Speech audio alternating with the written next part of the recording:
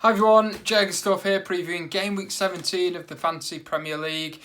Game week 16, not a great week for me. I got 46, so I was on 50. I did a -4. Well played to anyone who's kept on to Mo Salah, captained him, and I think finally your patience has paid off. He was absolutely superb on Saturday lunchtime. So I'll chat about game week 16 a bit more shortly. I'm going to chat this week about some of the issues in game week 17. So I'm going to talk about Man City, potential challenge I think with Everton, Spurs and Liverpool, Watford, and another couple of other challenges that I've pulled out ahead of this weekend's game week. We're going to chat about the left field options, the FPL donut, and the captain of the week as well. So let's rewind a little bit, go back to game week 16. So like I said, 46 points. It's okay, it's not great, not quite at my 50 points per week target. So that saw me hit a red arrow, sadly, to 183k overall. A little bit unlucky, but also I predicted or could foresee some of the challenges coming. So Kane, I talked about the fact a few weeks ago I thought he would be rested ahead of Barcelona, and he was in that Leicester match. And I tossed and turned between him and Lacazette captain. I brought Lacazette in for Arnautovic and Snodgrass in for Martial. So I had a couple of injuries which I hadn't planned for. Snodgrass did well, he scored. Lacazette really let me down, he got brought off at half time. Kicking myself a bit because I have talked about the Emery rotation problem and Emery not being afraid to make changes, and that was clear on Saturday. Otherwise, like I said, it was an okay week. It was also hit by the fact that Man City, I have Sterling and Sané, and Man City didn't score, so not great if you've got two attacking players there. So we move on. I think a lot of managers, maybe from what I can see on social media, did really well, and some managers did really badly. So maybe I'll take my 46 and take it on the chin and carry on. So game week 17. Now, I've got a feeling I think Man City are really going to bounce back against Everton. Watched both Everton and Man City over the last game week. I thought City were very poor against Chelsea. I thought they really missed Aguero. So I'd expect, if he is fit, I'd expect him to come back into the team on Saturday. Having watched Everton a couple of times now, and I watched them on Monday night, I really think they're struggling a bit. I think they've, insofar as they've got a real lack of squad depth. I think other than their first 11, which I think is pretty good, they've got some good players. I think once they start coming up against a challenge, and Watford were really all over them for the first 15-20 minutes of that second half. They got a couple of goals, could have maybe got another. Everton, of course, did miss a penalty and then got one off a set piece at the end. But once you start taking off some of their star names, this Sigurdsson, Gomez, Richarlison, we're talking about fairly average players, I think. Calvert-Lewin is okay, Tosin is okay, but these are the players of previous Everton, if you like. These don't feel to me the same calibre as Mina, Gomez, Richarlison and co. So I do wonder in that City game, we've got the intense period coming up, might we see a bit of rotation for Everton? Might they struggle, to put out a stronger team as their bare first 11, their strongest first 11. So that's something to watch there with Everton. I've got Richarlison, and I'm going to be keeping my eye on that one. I think I probably will still start him against City, but I'm going into that with hope more than expectation. Liverpool and Spurs. I watched Liverpool last night, played really well against Napoli. I thought Salah was really back on the level that we were used to last season. Could have had a couple of assists and could have had another goal quite easily. We'd expect them to go into this weekend really high on confidence. They've both got a home match, so I think there's logic in holding the players that you've got from those teams. Spurs obviously, of course, have Burnley, so why would you consider changing anyway? A caveat for Spurs, I do think there's going to be quite a lot of Spurs rotation there.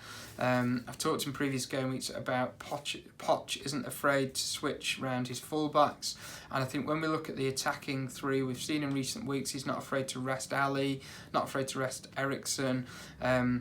If you look at the maths, he's got probably three positions that are up for grabs in the attacking roles, and he has Ali, he's got Eriksen, he's got Lamela, he's got Son, he's got Sissoko who can play there. He's got Lucas Moura who can play there. So there's probably 6 players vying for, or certainly 5 vying for 3 spaces. So that is, I feel, going to lead to rotation.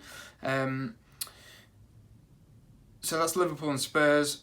Watford, they really impressed me on Monday. I thought they played really well in that second half. I've talked before that I really like Deulofeu. He has found himself on the bench, unfortunately. And what I like about Watford is they do have a couple of decent home fixtures coming up over the Christmas run.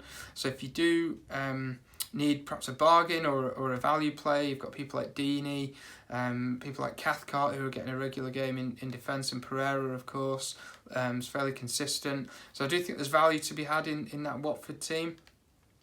Something ahead of game week 17 that has caught my eye, and it does affect me because I'm an owner of a player that is going to head off soon to the Asia Games. So Matt Ryan, he's got 3 more game weeks, and then I believe he'll be heading off to compete. I think it's in New Zealand in the Asia Games. So don't know at this stage who exactly that affects. I'm thinking, does that affect Son? I don't know. Maybe you know more than me on that. Top of my head, I can't think of a huge amount of other Australian or New Zealand based players, but definitely something to be aware of and watch out for in the next few game weeks. So that's a bit of an overview as where I think game week 17 is headed at the minute. So moving on to left field options. So defender, midfielder, attacker. I've talked up Watford, and there's I think there could be a bargain in the ranks at 4.2 million. He's played the last 10 games he's started and completed at right back, and that's a player that burst onto the scene last year, showed some attacking potential. Kiko Firmino, like I say, available at 4.2. Watford have some good games, so he could be a bargain for over Christmas. Midfielder, I've gone with a player that I've brought in myself. Scored for me last week. They've got some great fixtures. He's showing the sort of form that saw him get a big money move to West Ham about 18 months ago, and that's Robert Snodgrass. So if you can't quite get to Felipe Anderson, or you don't really fancy Hernandez or Andy Carroll, why would you want Andy Carroll? Snodgrass could be a good option for you. And then up front, we've been crying out all season for somebody to help us with the 3-5-2 system. So there isn't a striker other than maybe Success, but his returns have been pretty ropey, who has been getting goals or assists and is cheap. And maybe Camara from Fulham is finally, he showed a bit of promise at the start, but finally coming good. That's 2 goals in 2 from him. He's down to 4.3. That could be a real bargain. Fulham have some great fixtures, so maybe he could be a good enabler if perhaps you're trying to fit in Sterling or Hazard, or maybe you want to keep on to Salah and you need to flip some money elsewhere. Maybe these 3 guys could be a good bargain for you. So FPL Donut of the Week.